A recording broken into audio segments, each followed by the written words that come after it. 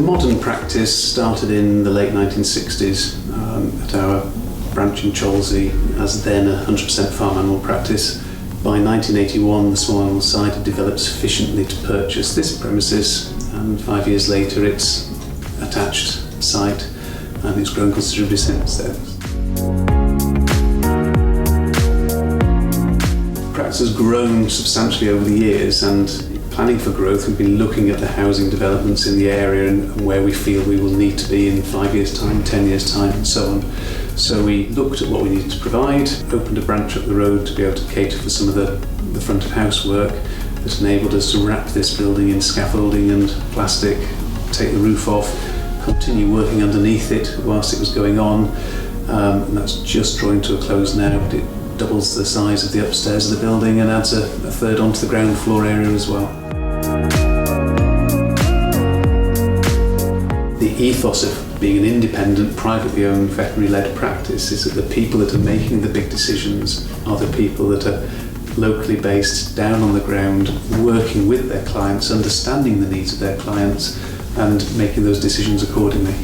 The issue that I see with a lot of corporate practices is that because you've got a corporate practice that then needs to satisfy needs of shareholders over a short term, or needs to build itself for sale to the next private equity house that's going to come along, is that things are very much short-term projects and money is there for the short term to be taken back out again and passed on up the chain to the next person. And I think that distorts how the service can be offered to clients. XLVets is a community of independent practices that want to work in a collaborative way. So they share things with each other in a way that practices wouldn't normally share. Whether that's training, whether it's looking at doing a big build project, learning from other people what they've done, whether it's economies of scale for purchasing. But the key thing is it's always thinking not just for yourself, but for a wider group. If I can do something today that benefits my practice and share it with the other members of the community, they will also be sharing things with me, and that will allow my practice to grow and thrive. And that synergistic effect, it makes my independence even stronger. And through being a member of XLVets, I feel I'm in a much better place to withstand the corporate onslaught that's going on within the profession. The business was here before I was, and it will be here after I've gone, and I'm just custodian of the business along the way. So the way that we structure it is that each partner within the business has an equal say. Whether you own 5% of the business or 25% of the business, you have an equal say. Your vote is worth the same.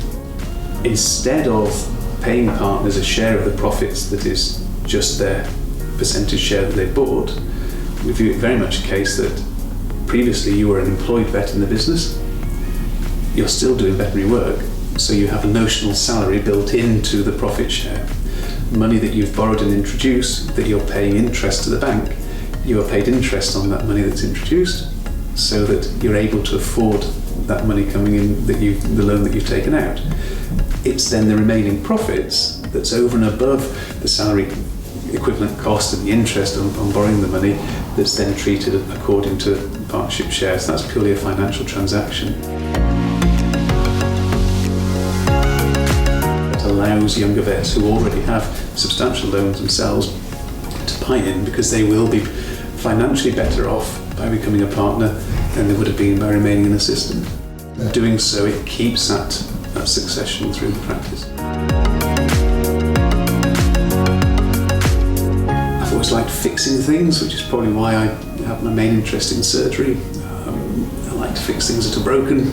So combine that with an interest in comparative biology and a slight sentimentality, and yeah, that's why you become a vet.